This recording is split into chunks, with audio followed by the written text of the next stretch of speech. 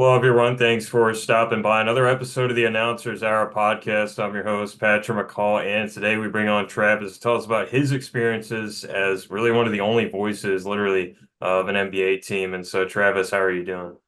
I'm good, Patrick. Good to talk to you. Thanks for the time. Yeah, and can you just talk about your current role with the Blazers and all the things that that entails?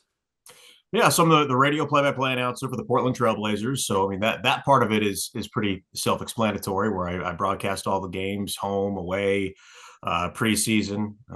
Have done postseason games, but hopefully that'll happen again soon. And I'm going into my sixth full season doing that, seventh season if you count the year that I filled in for quite a bit. I'm also basically the radio operations coordinator, so I handle things behind the scenes, deal with affiliates, deal with sales, all kinds of things to make sure that radio works and runs properly.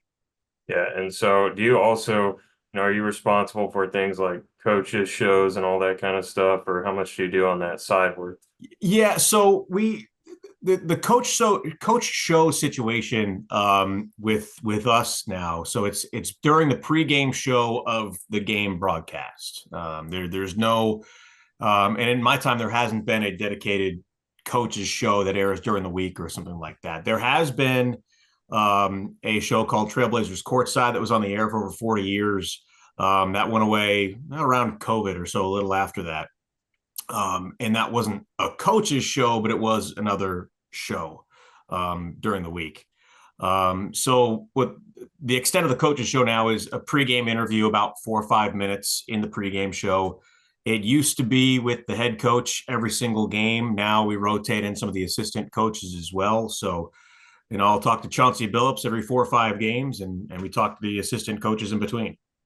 And talk about the interviewing process. I know a lot of people in play-by-play will try to get those pre-game interviews and such. And so, in saying that, do you try to mix in like players, like also at the same time as you're doing a coach, or how much do you balance that?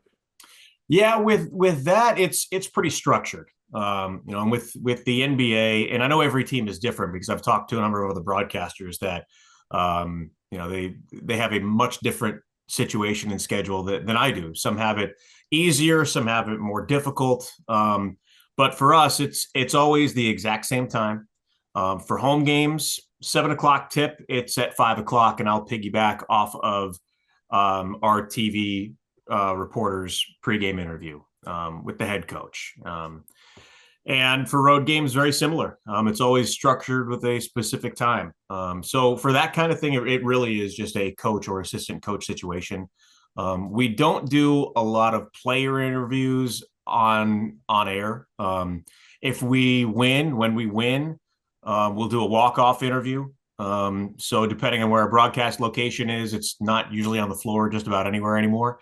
But there's a headset set up down on the floor, so our PR person can take them over there. They'll put the headset on and they'll be connected to us wherever we are in the building. So those are really the only times that we do player interviews in live situations. Sometimes you'll talk to them in practice or after practice. You'll see them in the hotels, things like that. You'll get to know the guys and those kinds of conversations. But the on-air conversations with players, they're kind of few and far between in my setting. Yeah, and with the access, I know you talked about it a little bit, but like how much, obviously that's one of the more interesting things at a pro level compared to college. Like there's different levels of access. And so how much do you get as the voice of the Blazers? And like, is it kind of unlimited or do you still follow the structure almost like the media is following? It's funny because COVID changed everything.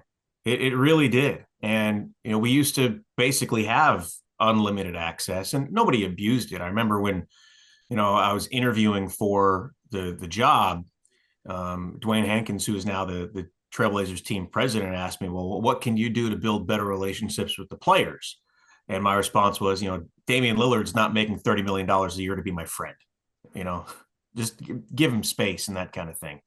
But the access now, for me, I don't really have a ton of like I go to practices, like that kind of access I have. But in terms of like the talking to players and stuff, for me in my position, I want to tell stories. You know what that's like. And when there's downtime or there's a situation that reminds you of something and you have an opportunity to share a really cool story or a nugget or something like that, that's great.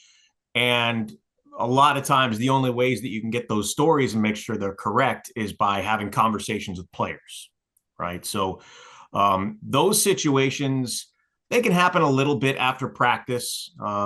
But I don't know if you ever, well, I know you have, but if you ever worked hard for 2 hours and then you're sweating and you're tired and somebody's asking you questions or wants to talk to you, you're not really all that interested. So sometimes those situations will come up in the elevator or in the lobby of the hotel or on the bus and things like that. So the access is, it's delicate and you've got to take advantage of that when you can, but in a way that you're not being a vulture, so to speak. Like, you've got to build relationships with some of these guys. And for me, with a couple of the young guys like Donovan Clingan with us, like I've talked to his dad for a bit, where he's from in Connecticut. I'm from back east. I've got family back near where he's from. So there's some relatability. I don't know how much, me at 42 can relate to a kid who's 20 years old, but trying to build those relationships to where they will share things. And it's not that I'm trying to, to find out stuff that they don't want people to know. Like, I want to find out interesting things about them that, they would be proud to share, or they would want to have, people know about them, because for so long, players were only talked about in terms of what they can do on the field or on the floor or on the ice.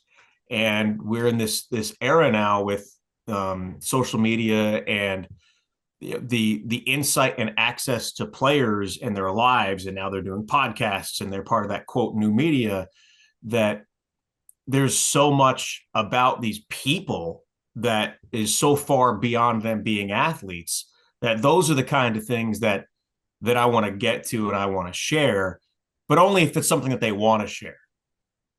Yeah, it's good to hear that perspective, because things that I've heard that echoed a lot, the access has certainly changed. And that's one thing, if you're, a younger broadcaster listening to this, that probably take advantage of if you have more access to tell the stories that you want to tell and get that reel going. So now feeding off that, like, obviously the Blazers, being a voice of an NBA team, a million people would love to do that. So how do you get into that, position, and what was the process like for you?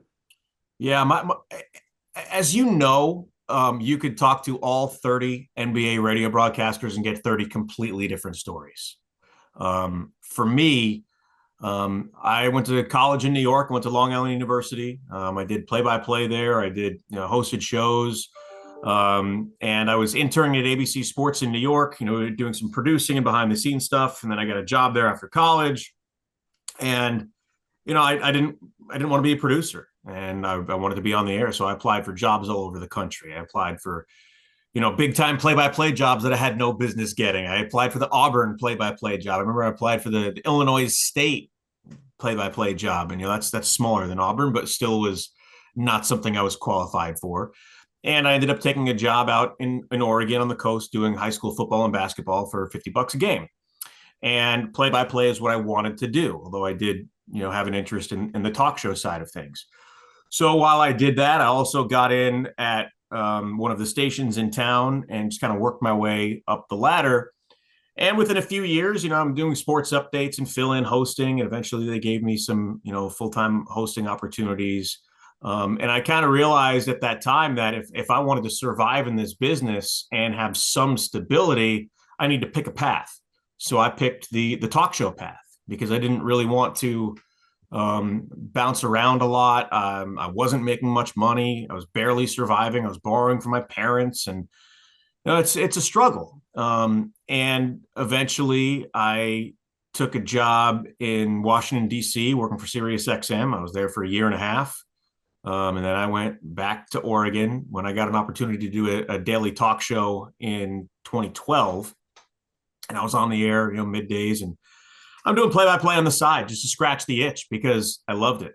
And then I got laid off from the station I was at, and I was out of work for a while.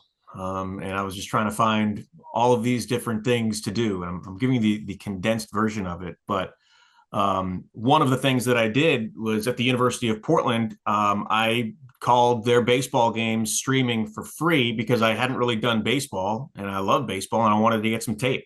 So I did maybe, 15, 20 games or so for them for free. And that fall, they were televising some of their games. And because I was there and they heard me, in the baseball press box, it's small. At a West Coast Conference press box, it's all one room. So, the SID and all those other people are in there with you and they can hear what you're doing. Plus, I was, I'd been on the air in Portland for a long time at that point. So they knew me. So they asked me to do it. So I'm doing men's and women's basketball and baseball and some other stuff. And also that fall, I caught on at another station at Rip City Radio. And I was doing afternoon drive.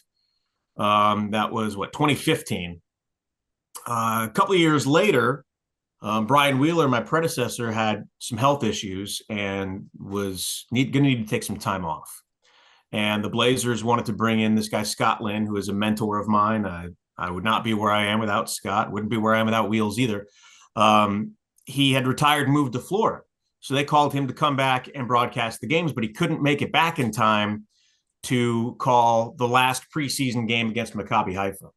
And because I worked at the flagship, and they knew that I had done some play-by-play, and it was a game against Maccabi Haifa that nobody's probably paying much attention to, they called me and asked if I could do it. And I got a call from Jeff Curtin, the Blazers director of broadcasting at the time, and he said, hey, can you fill in and call the Blazers game on the radio tomorrow? And I'm like, what? You want me to call a Blazers game on the radio? Yeah, I think I can make that work. So I did. And it was the only game that I did that year. And I treated it like it was game 7 of the NBA Finals. That was in 2017. 2018, Wheels had some more health issues. And I ended up filling in and calling 57 games that year between preseason, regular season, Western Conference Finals, all this stuff in between. And then he was unable to continue with the Blazers after that. And I was hired full-time finally in September of 2019.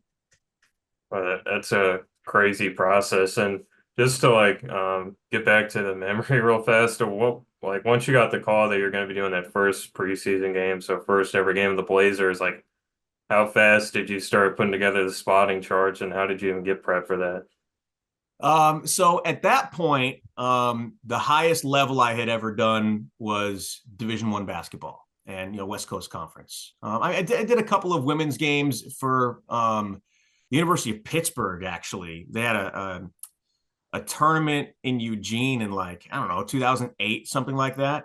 And I filled in calling a couple games for them, against Oregon and Boise State and Utah and stuff. So I guess I had done some higher profile stuff, but I don't think it really counted because it was just kind of a fill-in one-off situation. But I had these charts that I had made up for the University of Portland games. So I get the call. I was actually on my way to work when I got the call, and I had a show to do that afternoon. And it was a Thursday. The game was a Friday night. And I called my co-host Chad Doing. I'm like, hey man, I'm going to come and do the show today, but tomorrow I'm out. I got to prep for this game. And he's like, no, turn around, go home, start prepping. Okay. He's like, I got the show today. Don't worry about it. So I went home and I just started prepping and I didn't know who was going to play for us because it was a preseason game against Maccabi Haifa. So, our starters basically didn't play. I think the only starter who played for us that night was Yusuf Nurkic. And for Maccabi Haifa, there was a couple of NBA players on their roster. I think Josh Smith was one of them, but it was mostly players that I had no idea who they were. So I'm just doing this deep dive on both teams and trying to make sure that I knew everything about, everybody on both teams. And, I don't all these notes and those spotting charts look very, very different than my spotting charts do now.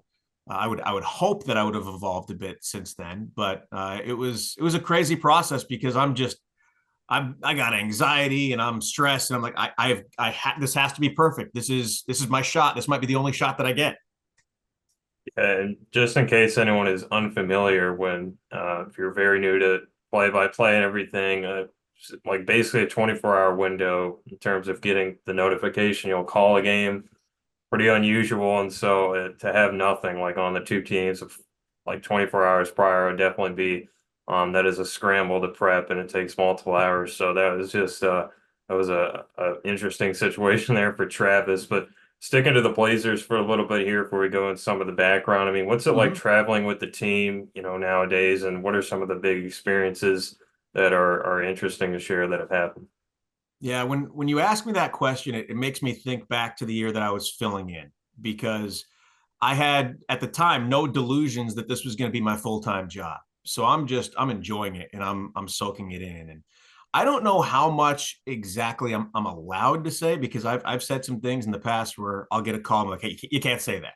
But the stuff that I can say that, I mean, I can't say like what specific hotels, but we stay in nice hotels, places that I would never have dreamed of staying in. And, being on the chartered plane and how easy that whole process is. And I hate flying. I'm terrified of flying.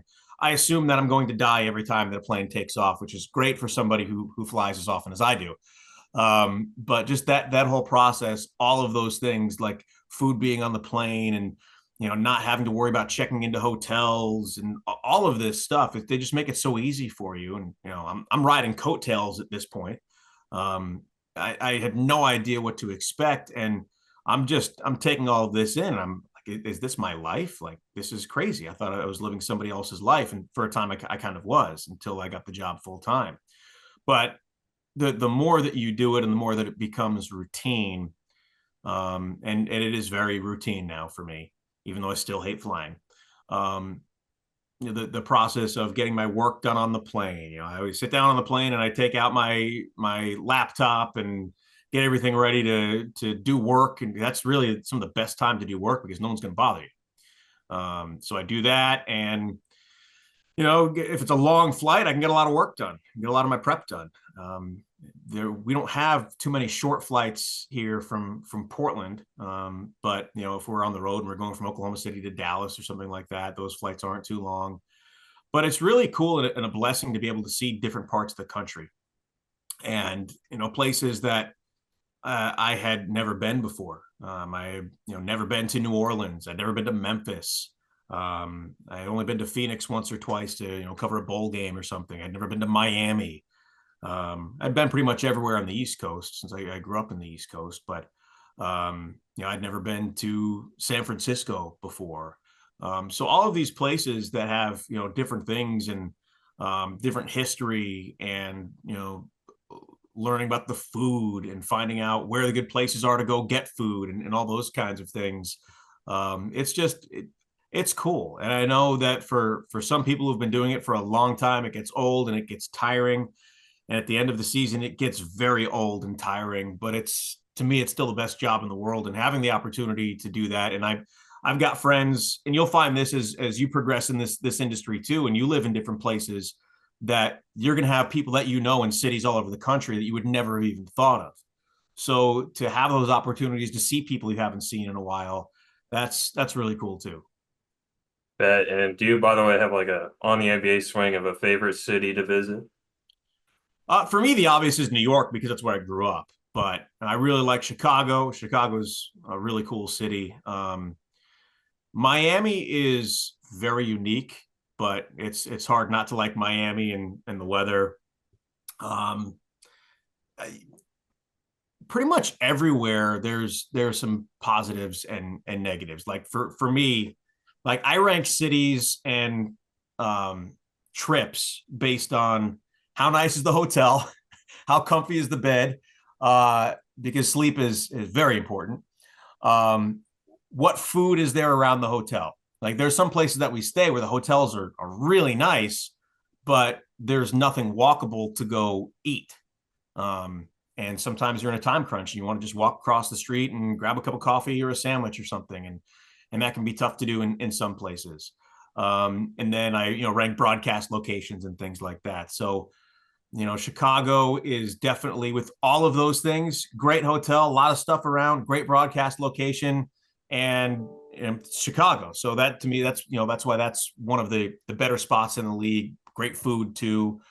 Same thing with San Francisco. great hotel, ton of food options. We get a little press box there at Chase Center. Um, and even though, Madison Square Garden is the place I grew up going to games, the broadcast location is rough. Um, and it's an older arena, but it's still New York. It's still Madison Square Garden. Yeah, and that's almost make me want to go up to Chicago and catch a game the way that the food situation, the arena Yeah. is set up. But, do you have a favorite broadcast situation in the league? Maybe it's just you get the home court advantage there in Portland, but are there any Yeah. that, you think are a must visit in terms of the mystique of the building and the broadcast setup? In terms of like from a fan's perspective, I've walked around the concourses of most places, and even though I grew up a Knicks fan and despised Reggie Miller with every fiber of my being as a teenager, Indiana is a really cool arena. Was it the Gamebridge Fieldhouse now? That place is so cool, and it's got different like museums and things like that. And I even saw last year there was this life-size bobblehead of Reggie Miller doing the choke thing to John Starks, and even though that's like painful memories of me as a 12, 13-year old, it's still cool to see that arena is so cool. And it's Indiana it is basketball. That's Indiana is as basketball as you can get. And what's cool about that arena too is that most arenas around the league are multi-purpose arenas: hockey, basketball. That building is not. So all of the seats, and I believe it's this way, all of the seats for basketball are permanent seats. So just the sight lines are different. The way that it's set up is different, and it's just a totally different vibe. And the broadcast location is great, and the people there are great. So I really like Indiana, and that setup also. The only places that we're still on the floor, Chicago, we're on the floor, but we're all the way at the end. And then Toronto and Detroit were in the second row on the floor. And that's not a great viewpoint because, it's not like the people in front of us are here and we're up a little bit. We're basically directly behind them.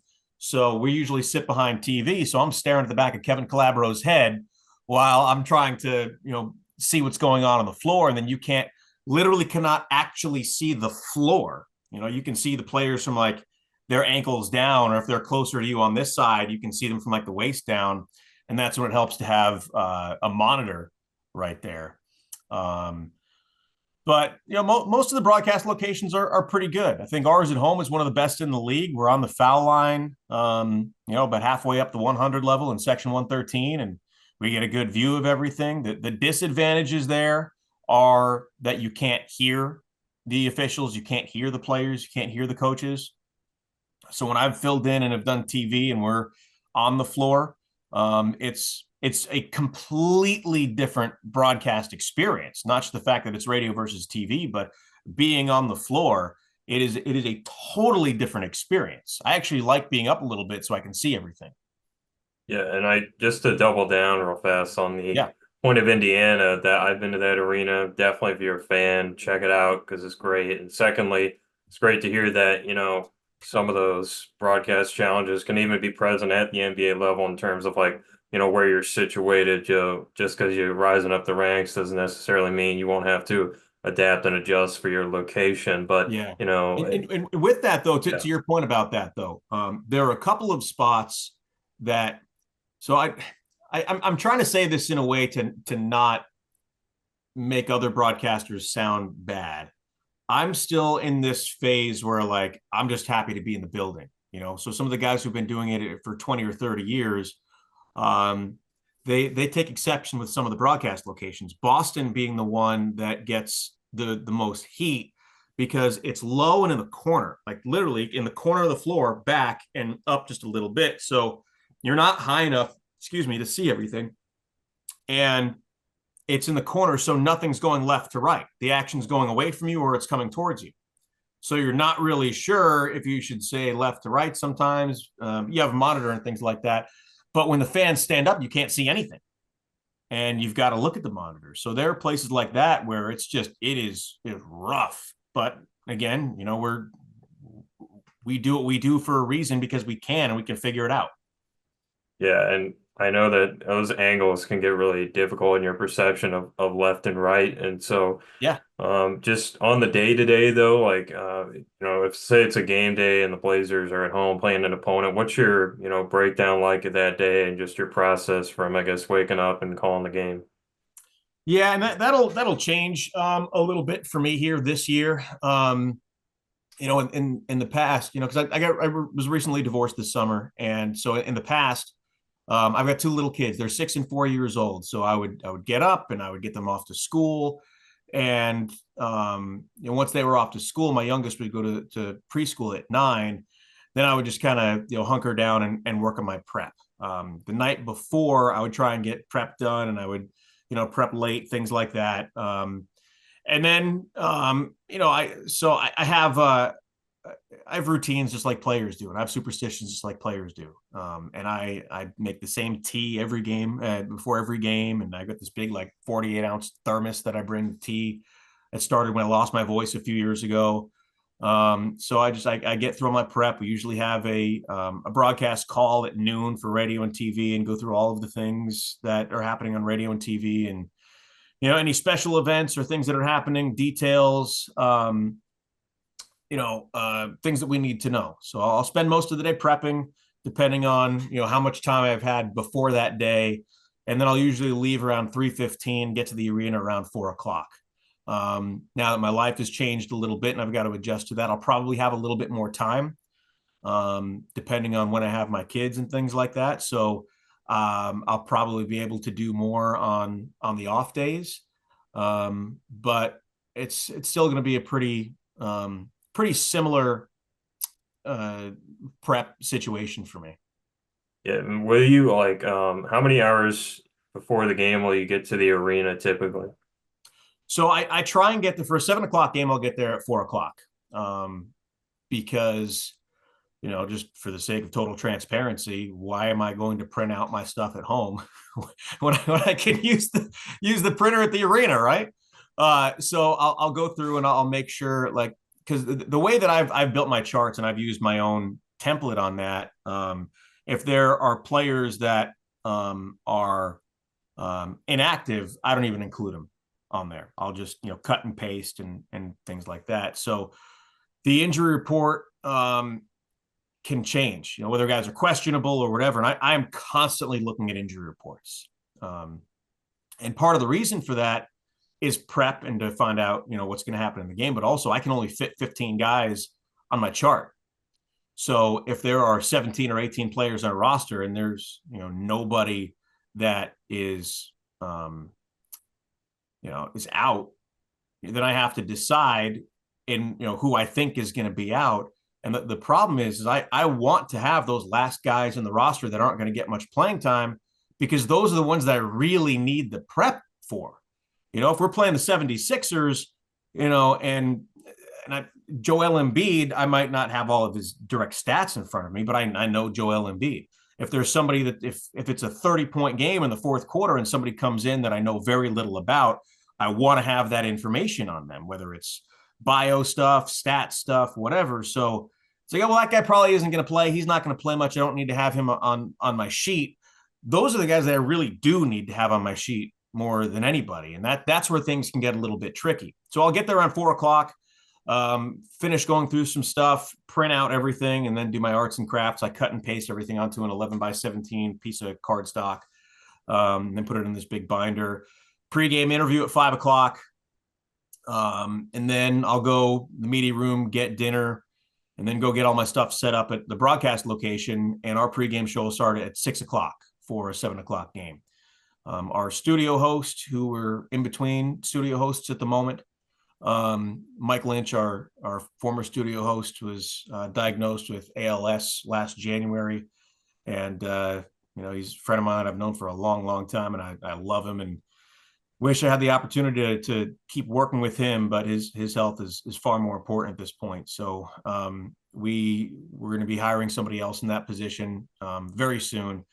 So they're the studio host. And I'll come on and I'll do a hit. If we start at 6 o'clock, my first hit is like 6:07 or something like that. And then I've got another, one or two throughout the pregame show. And then at that point, I'm just kind of hanging out. And that's that hour from 6 to 7 before the game starts. That's really an opportunity for me to just kind of, decompress and refocus on the game and just feel the energy of the building. And we wish the best to Mike, and unfortunate to hear those health issues. But one interesting note I thought you did talk about was beyond like the process, the injury report. And I know the NBA, that's been the controversy as players sitting out, or just actually the sheer amount of injuries that have occurred nowadays. So, Yeah. I mean, how difficult is that? Because I'm sure maybe a team could put out a ton of guys that are questionable or something, but like how difficult is it to manage your prep when you've got a ton of question marks, or how many question marks are there? Sometimes it can be really difficult. We had a game 2 seasons ago in Oklahoma City against the Thunder, and my stuff's all ready to go. I travel a printer with me on the road, so I print out everything, and I usually catch the bus around 4:10 for a 7 o'clock game. And so I've got everything printed out, ready to go, done. And Shea Gilgeous-Alexander was listed as out. By the time I got to the arena, they changed it, and he was available, and I didn't have him on my chart. And I'm just like, I'm really frustrated by this. Is it that big of a deal? No, but when you do what we do and you're so specific about your prep when something is off, it's like, come on, really? I'm sure it frustrated our coaches and things like that, and game prep a little bit more because you're prepping for a guy not to be there because he's out. He ended up hitting the game-winning shot against us that night too. But that is something that I think the league is. I don't know if that specific example is something that the league took notice of, but when I see that a player is out, I don't include them on my sheet. So when you have 5 or 6 players that are questionable and it's 1 o'clock on a game day, I just have to assume they're going to play. So I have to prep for them to be there, and then if they're not going to play, then I'll just cross them off on my sheet. But you just get with questionable, you just have to assume that they're going to play, because I've been in a situation or two where I'm like, okay, well, so I'll read articles of somebody's health status, recent articles from beat writers and things like that, and I'll say, well, this player isn't expected to return until Thursday, and here it is Tuesday, they're listed as questionable, so I'll leave them off, and then they end up playing, and then I end up shooting myself in the foot in that way. So now I just kind of approach it that if somebody's listed as questionable, I'm not going to try and cut any corners or save myself any time. Just do the work and just assume that they are going to play. I think that's the right thing to do for sure. And so, how many people are typically involved is on a usual NBA radio broadcast, and like how many people do you actually work with during the game? Yeah, so for a home game, we have myself and my analyst Michael Holton, who I've worked with since day one. Our studio host, who is up in section 113 with us. Then we have our stats guy, which is Curtis Long. He's been there for a long time. And then our on-site engineer. And we're all just kind of in a row. And our engineer is a guy named Travis Clinton. He's fantastic at what he does. And then we have our producer, who is back in the control room. He takes the feed from us, and he's the one who makes everything go. The captain, Rich Patterson, he's been around since I don't want to date him exactly, but it's been over 2,000 consecutive games that he's done. I think late 80s for sure. And he's amazing. He's a great source of Blazers history, and a lot of times he'll say something in my ear if I reference something that I'm not sure about with Blazers history. He'll just tell me in my ear because he knows. He's that quick, and he's awesome. So that's basically our crew.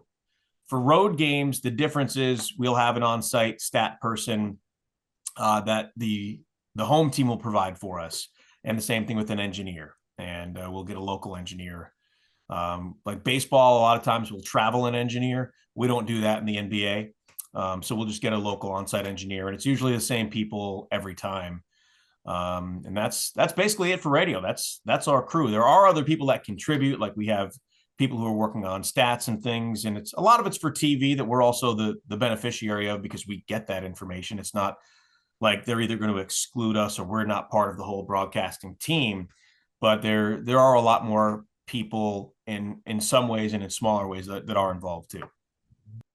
Well, as we resume here, you've talked about the radio side, but I know you have filled in for some Blazers, TV and all that. And so, what are the key differences in terms of your prep process and everything else when you're going to do a game? There's obviously going to be that visual element on TV. Yeah, and in terms of my prep, I really don't prep any different. I should because I don't need to prep as much for TV, but I'm just so routine oriented that I don't want to change anything. It's TV is a very, very different product than radio is, right? And because you mentioned the visual element of it, I don't need to say all the things on TV that I would say on radio. I don't need to say, Scoot has the ball at the left wing or things like that. There's a lot less words to use because, well, people can see it. You're not painting a picture. The other part of that is the analyst has a much bigger role. And whether I'm working with Lamar Hurd, who is the Blazers TV analyst, I've also worked with my radio analyst, Michael Holton, when both Kevin and Lamar were out. That's also a very different experience because Michael is used to doing radio with me. So he treats it more as the radio broadcast than Lamar does. And Lamar is so good at what he does. He's an unbelievable analyst, and he's got so much energy. And really, a lot of times you just get out of the way and let him do his thing. And this inner feeling that you have to say everything that's happening. You have to tell every free throw that's being made, every play that's being made. Like on TV, you don't have to do that. If the analyst talks for 2 minutes and he's talking about something great and you don't narrate 2 or 3 plays in a row, that's okay. On radio, it's not. On TV, it absolutely is, especially if it's entertaining because people can see what's going on. And that's something that can be a little difficult. There's also the opening stand-up for TV, and for folks who don't know what that is, when the game broadcast first starts and you have the scene set where the announcer is telling you, this is the arena, this is who we are, we're highlighting this player, and it's depending on the situation, it can be 1 to 2 or 3 or 4 minutes, and you're literally standing up with a microphone. That's why I call it a stand-up, or you're sitting down at a couple of chairs on the floor, things like that. And you try and run through it, once, maybe twice. When you get to a certain level, you don't really have to do that at all, but you want to see the tape and see what it is because you're talking over video as well. And you want to make sure that what you're saying lines up with it.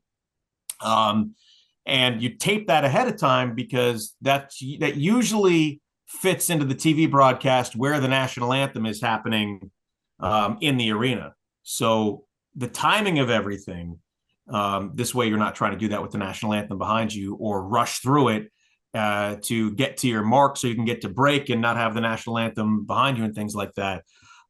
If that's something that you're not used to, it can be very tricky to do. I did TV when I was doing University of Portland stuff, so I did have some experience with that. But now it's the NBA and you're filling in, and it's just a whole different level of pressure. The first couple of times were a little challenging. The very first time that I did it, there was a band playing, some type of pregame concert, and 20 feet away from me on the floor, and I couldn't hear my cues from the truck, and I'm pretty sure I screwed it up. I don't know. I'd be curious to take a look at it and see how that turned out, but it was different. So you have all those things differently to worry about, and then with radio, I get a printed out list of all of the reads that I have to do, whether it be, promo reads for stuff in the arena or with the team, or fan shop stuff, or, sponsors, things like that. And I basically, whenever I have time, I read those. It's up to me. TV, they tell you, they hand you a card and say, you're going to read this now. When we come back for break, you're going to read card number 17. Okay, and I'll throw up a graphic and that kind of thing. And there are so many more moving parts with TV, and people have to really, really work together to make it work. And that's why some of these crews that are at a professional level, like, they're unbelievable at what they do because they are so prepped out to the second. Everybody's on the same page. Whereas to radio, we're on the same page too, but it's way more relaxed. I got a minute before we start again. I can get a read or two in right here. Let's go do that. You can't do that on TV. Yeah, and by the way, what Travis is saying definitely seems to be echoed true, like in terms of the other guests that we've had on, like have definitely said that TV, it's more you're working with a team and everybody, like it's more about that timing in terms of when stuff has to get done, or radio, of course you are, working with a producer and analyst, but you get a little bit of that more freedom to get things, like you mentioned, the reads done when you want, when you're broadcasting the game. But, you know, if there's anybody out there that is a younger guy or, obviously getting into play-by-play in basketball specifically, what would be your best advice for them to start growing? And then, because I'm sure they have aspirations to get where you are someday. Yeah, and you and I have talked about some of this too. Like the important things are getting reps, right? You have to be prepared. When I got the call to fill in, if I was not prepared, I would never have gotten another shot. So yes, I was in the right place at the right time, but without being prepared for it, it wouldn't have mattered at all. So you have to get reps. You have to work on your craft. You have to study your craft. You have to get critique on your craft. There are a lot of broadcasters that are in my position and have been doing the things that I do for a long time that are more than happy to look at your tape or listen to your tape and give you some constructive criticism because somebody did it for us. And usually it's a lot of somebodies that have done it for us. So don't be shy about reaching out to somebody that you don't know, um, and asking them to take a listen to your tape, introduce yourself, tell them who you are, what you want to do, what you are doing, and include a tape and say, hey, would you mind listening to this for me? And some people will tell you no, or they'll ignore you. And then what? What's the big deal? They told you no. Okay. Well, let's say you reach out to 10 people and 6 say yes. Well, now you've got 6 people who have critiqued your tape in a totally different way than each other and can give you pointers and things to work on. And some of it will help you with your style, some of it won't. And it's just a way to improve. You have to always be ready to improve. And it can be really, really hard to listen to yourself. Like I still listen to myself and cringe sometimes. Hopefully, other people don't cringe when they listen to me, but I do sometimes. But I want to get better, and something comes out of my mouth a way that I didn't intend for it to. I'm like, I wish I didn't say that. Like I blew that call. But you also have to give yourself grace, knowing that when you're on the air for as long as you are, you're going to make a mistake. Like every night, you're going to make a mistake or 2 or 3. You just have to make sure that they don't hold you down, and they don't. It's not something that you focus on. And when you power right through it, people don't notice for the most part anyway. The other part of that is getting to know people and making connections. I've been in hiring situations, and a lot of times it's a lot easier to hire people that or people that somebody recommend for you. I got the opportunity with the Blazers because I worked for the flagship, and I had previously worked with the director of broadcasting doing stuff for the Oregon Ducks. So he knew me, and a lot of jobs are that way. So making connections, it's really, really important to do. I've had countless job shadows come in and hang out with me for a game, and more often than not, I never hear from them again, and then I never hear their name again. So the people that are persistent are the ones that break through, and the people who stay in touch with you are the ones that when something comes up, it might not be something that you're hiring for, but somebody might say to you, hey, do you know anybody who might be good for this? And you'll say, oh yeah, Patrick, we talked here and there and he had me on his podcast, give him a call, things like that. And that's really how it works in this business. And it's not to say that you can't just send a resume or a tape into a job and get a job that way. It's just a lot harder to do that because people who are hiring are going to get dozens to hundreds of those tapes, and to weed through those, it's a lot of work. I've been there. So getting recommendations or from people that or having people that already that can be qualified, it really, really makes a difference. Yeah, what's funny is you mentioned reaching out. Like Travis has been one of those people that's been gracious with his time and also, essentially kind of giving it back because, he knows what it felt like to be, trying to get all those reps and improve. But, and that would also, I would say, you made a great point about the reps and the relationships because that's probably, and having all the guests on, like, the two most important things that I've, kind of learned, and then also been able to take away in asking that question, and not only Travis, but our other guests here on the announcers hour. So I would say try to get those reps and relationships going for yourself. But, you know, going back a little bit more to the University of Portland, because you obviously we're getting some more experience there, and we had Yeah. Brian Slyke on as the current voice over there at UP. So Yep. what was that time like, and how much did you learn as an announcer for the pilots? It was a tough transition for me because, like I said, I had been out of work from December of 2014 to October of 2015. So I was just trying to get everything that I could, and I did not think I was going to be staying in Portland. If you had asked me then, in 10 years, are you still going to be in Portland? There's no way.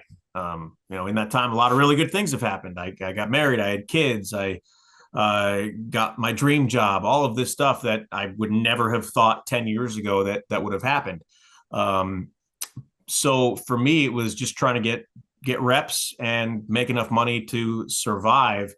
But really, it was for me, it was the first time that I was regularly doing game broadcasts for TV. I've done plenty of TV before, studio shows and things like that, but to do game broadcasts and understand how the TV play-by-play job works and the relationship between the play-by-play announcer and the analyst. And I worked with a number of analysts. I worked, with Bill Kruger probably more than anybody else doing pilot stuff. Jim Wilson, Darren Cooper, and working with each one of those guys was something different. So learning the different relationships of how to play off of your analyst and things like that, and how those guys' personalities and the things that they do are different from each other, and how to try and bring out the most out of them, and the relationship between me and the director, me and the producer, me and the audio person, all of those things, graphics, because there is a relationship. The graphics people want you to know what the graphics are so you can speak to them. So when they show up on the screen, you're not seeing them for the first time. You get printouts ahead of time, and this is what you're going to see with these graphics. Some stuff is on the fly, right? If something happens during the game and they put up, a graphic about, this is so and so's whatever performance of this, like that's stuff that happens on the fly. But there are a lot of things that aren't. So, understanding what all of those things are, so nothing is by surprise. And that's one of the things about TV is there's so much work to do behind the scenes. For the Blazers, the crew gets to the arena at noon for a 7 o'clock game because there is so much to do, and they are so prepared because they can't be taken by surprise about anything. So to learn all of those things with the University of Portland and having that opportunity to do it regularly, that was really important, because then when I got the chance to do TV broadcasts for the Blazers on I think I've done 10 total, 11, 12, somewhere in that ballpark ever in the last 3 years since I started filling in. Having that experience allowed it to be an easier transition for me. Yeah, for sure. But and feeding off that, like with Portland, do you remember how many sports you were calling there? And then now, like as the full-time NBA thing, do you ever miss calling other sports or getting the time to do that once like the NBA season kicks off? Yeah, so the University of Portland was only a couple of years, and I did men's and women's basketball and baseball. And I love baseball. I do miss calling baseball. Before that, I did high school football for years. I've done professional lacrosse. I've done horse racing. Done a little hockey. I'm not sure if I'm missing anything. I've never done soccer. Never really done any Olympic sports, but I miss football. Even high school football on Friday nights is so much fun. There's nothing like it. And you've got the whole week to prep, and everything leads up to that, and every play is important. So I definitely miss football for sure. And I miss baseball too. And I love baseball. And I think about it now. Would I ever want to be a full-time Major League Baseball announcer? And in case I ever apply for a Major League Baseball job, don't listen to this, but the answer is no. Because number one, it's in the summer, and that's when I get to see my kids, and I wouldn't want to miss that time with my kids. That's the main reason. And I have talked to people who have been the children of Major League Baseball announcers, and they talk about the relationship with their fathers and how they just didn't see them a lot. And I don't want to have that with my kids. So the NBA is much better in that regard for me. The other thing about the NBA, you know the games are going to be 2.5 hours long. You're not going to have 16, 18 inning games and then have to play a day game the next day. So that's another advantage to the NBA. But I do miss calling baseball, and I definitely miss calling football. And that's one thing. It's a true grind, especially on the Yes, baseball scene, even when you're not at the MLB level. But we did you know it, have man. the Marlins announcer Kyle Seeloff on, and he's doing 162 games in that season plus spring training. So you got to be ready for that. But also did before Portland, I know you did a little bit of high school football, but do you remember your time in college and what that was like? And did you do any broadcasting? I did, yeah. So I did play by play for 3 years at Long Island University. So it was the CW Post campus of Long Island University, and there, so when you think of the old Long Island University Blackbirds, that was LIU Brooklyn. Now all of the campuses have combined, and it's just Long Island University. Now they're the Sharks, but we were Division II sports, and I started doing play by play my sophomore year for our football team, who was really good. We ended up we were in the Northeast 10 conference, which was a non-scholarship conference, so we didn't have the chance to compete, like some of the other programs did across the country. Now they're FCS, but we were, near the top of the conference every year. And then my senior year, we won the conference undefeated and go to the Division II playoffs. And it's the first time we had been on a plane. It was all buses going around New England and New York, and fly to Michigan to go play the Grand Valley State Lakers, coached by LSU coach Brian Kelly.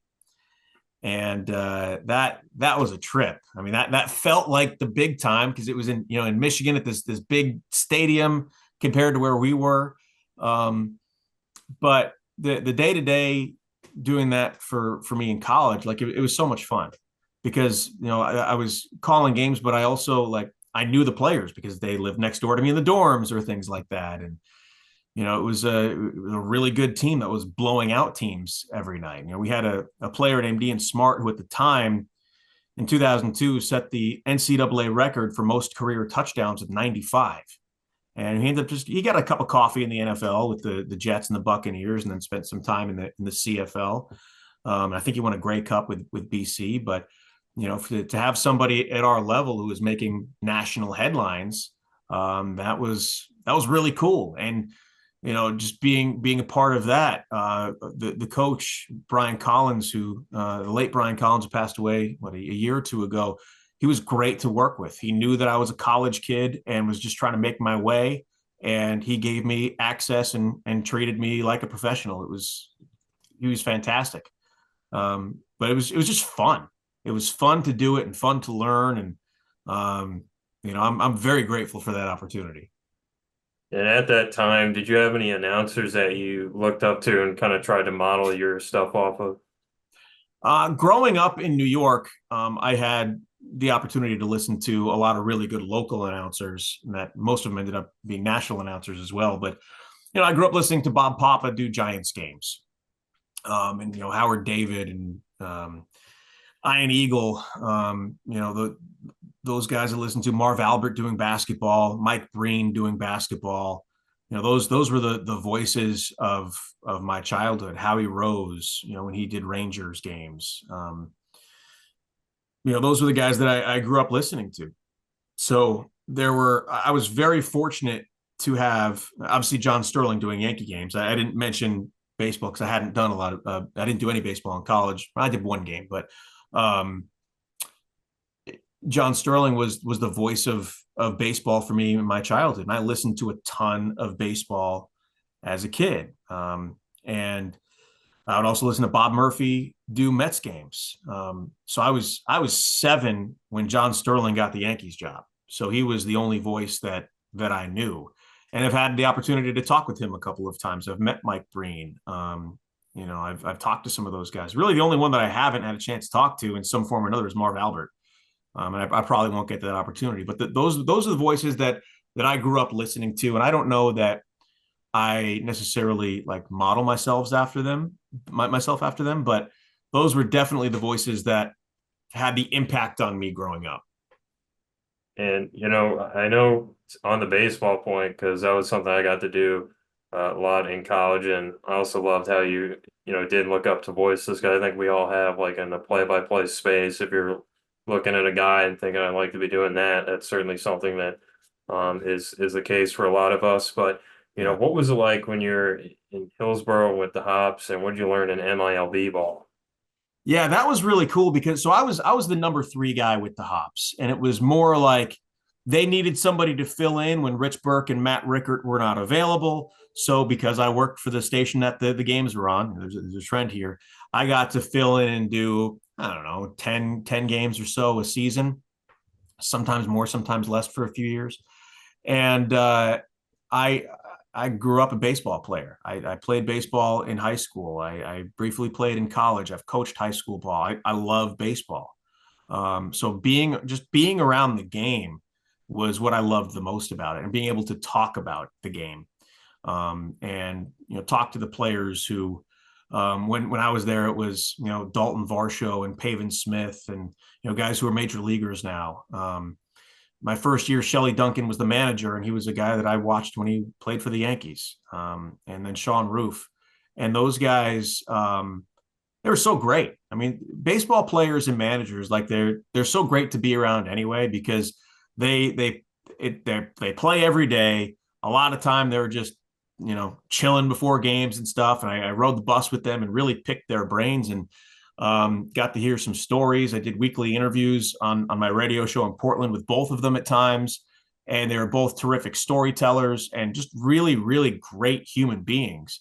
But I remember on one bus ride up to Spokane, I'm sitting near Sean Roof, and we're just talking about the way that players are evaluated these days, because I've been kind of removed from baseball for a while, even though I've been coaching a little bit and things like that. But to understand why front offices and scouts look at things like spin rate and launch angles and things like that, that stuff is way over my head, right? Because I'm not old. I'm not 70 or 80 years old, but the people who are that are 60, 70, 80 years old that were scouts, a lot of them poo-poo that stuff because, like, well, you look at the eye test. You have to be able to see what a player can do. You can't just look at numbers and things like that. But understanding why the element of both of those things really does matter. And it's not just, well, this guy's got a higher spin rate than that guy, so we're going to draft this guy instead of him. It's tracking those things and understanding where you can improve on that. So this guy who might be a top prospect, who is a second or third round pick or something, he might be missing with his fastball consistently in this spot. Well, how do we work on that? That's when you look at the data and figure out all those little things that people who are much smarter baseball people than I am can understand that I can't, and realizing that a lot of those things are like they're there for a reason. It's not just, well, this is new fancy stuff. We're not going to worry about the way that people did it 30, 40, 50 years ago, because we need to evolve and change, and ignore that other stuff. The way of combining all of those things together is what makes that process work the way that it does. And learning those things from him, in addition to just being around baseball and being immersed in that when I could be, it was awesome. I loved it. In baseball, like that whole analytical discussion's gotten so interesting, and especially how much, even on the broadcasting side, how much that fits in. And so you could talk about that alone for hours. But one thing that I also think was interesting is now being the NBA announcer, and then having prior time in baseball. As an announcer, we know the storytelling is such a big aspect of that, and guys like Vince Scully, probably the best baseball storyteller, can just do it with like majestically. But do you bring any of that to the NBA side, and on the like on the point of basketball? I mean, how difficult is it to tell stories like in that fast-paced environment? I do like storytelling. And to me, again, somebody who I grew up listening to everything, but I grew up listening to a lot of baseball, and like you said, storytelling is important. And you bring up Vince Scully, and there's this one story that I remember he told, and the audio's out there somewhere where they were playing, I think the Cardinals, and Mike Matheny was the manager, and basically he told this story of how Mike Matheny had a bird poop on him, and that's how he decided, what his career path was going to be on his first day of college at Michigan. Just the way he told that story, only Vince Scully can do that kind of thing. And I love the storytelling angle of it. And Joel Myers, who is, I mean, he's been doing this stuff forever. He's the Pelicans TV announcer, but I also grew up listening to him call the NFL on NBC.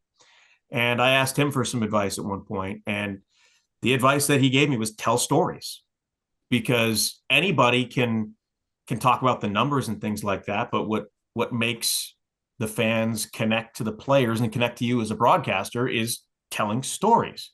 So that's why I try and get that kind of information on our players and on the opponents. And I do so much reading about these guys and listening to interviews that they've done. So I have the opportunity to tell those stories. And you do have time to do that. You just have to pick it really wisely. Free throws, blowouts, and that's really the blowouts are when you need that stuff, because if you're going to listen to a game where it's a 25-point blowout in the fourth quarter, you better be entertained by something. And that's where those stories come in, because at that point, the shots don't really matter all that much. The actual, game play, who's going to win. It doesn't matter all that much. So what can you do to keep the listeners engaged? And that to me is storytelling. Yeah, it's definitely one of those premier things that get you from, good level play-by-play to definitely elite, certainly mixed in the right way. And, one more thing about the connecting it back a little bit to the baseball and the hops. I know Rich Burke, I actually got to sit in the booth with him at a hops game, another great guy to know, and Matt Rickard as well. But did you learn anything from those two, or Rich, I know, has just that deep background in so many different sports? Yeah, the way that Rich prepares is just so methodical. So looking through his game prep, because I really didn't know how to prep for baseball, especially baseball at that level, and seeing how he did that. It was really interesting to kind of like look through his notes and see how he did it, and did a lot of it by hand, but made sure that there was a way um, to not have to redo it every night. Because if you're doing things by hand, a lot of times you scrap it and start over with a new thing. I do things on the computer and then print them out because I have templates and things like that. So the way that he did that with doing it by hand and printing some stuff out, but yet doing it in a way that he didn't have to repeat it every single day and take all that time. It's fascinating. And Rich is also a phenomenal storyteller. He's a great guy. I played golf with him a couple months ago. I've learned a lot from him. He's filled in with me when I fill in for TV. He does radio for the Blazers. So it's funny that I've filled in for him and he's filled in for me. And he is such a fantastic broadcaster. I mean, he could easily be doing Major League Baseball. Matt Rickert, though, is the one who actually hired me to work in Astoria when I was 21 years old. So he was working at New Northwest Broadcasters in Astoria. For anybody out here in the Northwest that wants somebody to blame why I still exist here, it's Matt Rickert's fault. So he's the guy who hired me out here. Yet eventually, I got the opportunity to work with him doing hops. It was really cool. And it's funny that you talk about, Rich being a MLB level announcer, because I'm pretty sure we've had multiple people say that at some point, like without even mentioning that specifically, because that is if you're not listening to any Hops games, definitely check it out. Rich is right behind the microphone, just has that depth of experience. Same with Matt and other guys on that point. But, just to kind of wrap things up here, Trav has been gracious with his time. But, what are your kind of goals for this season? What do you think you'll be specifically working on the air? Well, I'm going to have a little bit of a new challenge this year because I don't know if that's public yet. Well, That's there's a piece of information that I'm not sure is public, but it's going to be sooner rather than later. I'm going to have to do a little more work on the road. I'll just put it that way because I don't know if I can say that yet. So I'm going to have to figure some things out with that and just learn a different flow. Um, I always think having a broadcast partner is better because the banter is what makes a broadcast entertaining. So there's going to be some new things for me there, but nothing that I can't handle. And that to me is the biggest challenge. I kind of said it without saying it, so I hope I don't get in trouble there. But um, yeah, it's going to be a little bit of an adjustment, and then for me, just diving in and I'm always trying to find better ways to do my prep to make it go faster. Not because I have a problem putting in the work, and anybody who knows me knows that, but sometimes you just don't have the time, especially when you have like 3 games in 4 nights and things like that. So I'm always trying to find ways to streamline things and make it easier on myself, work smarter, not harder. And going into a season knowing that we're going to struggle as a basketball team with a young team and finding ways to keep things entertaining. That's kind of how it is for me. But this time of year, it's the end of August. I've been off of work for 4+ months, and I'm itching to dive back into it. So I'm ready to roll. Season can't get here fast enough. And it'll be great when it does start. And my last question, do you have any long-term goals mapped out, or are you just kind of enjoying the moment? I've never in my entire life been able to enjoy the moment ever because I was always looking for that next thing or where am I going to be in 5 years or 10 years. And it's a hard way to live. And really for the first time in my life, I've been kind of forced to live in the moment while still being able to look ahead. So I'm doing that now more than ever. I know that things can always change. My personal life has shown that, and hopefully my professional life gives me an opportunity to stay in this role with this team for a long time. I would love to retire with the Trailblazers whenever that happens, 30 years, whatever it is.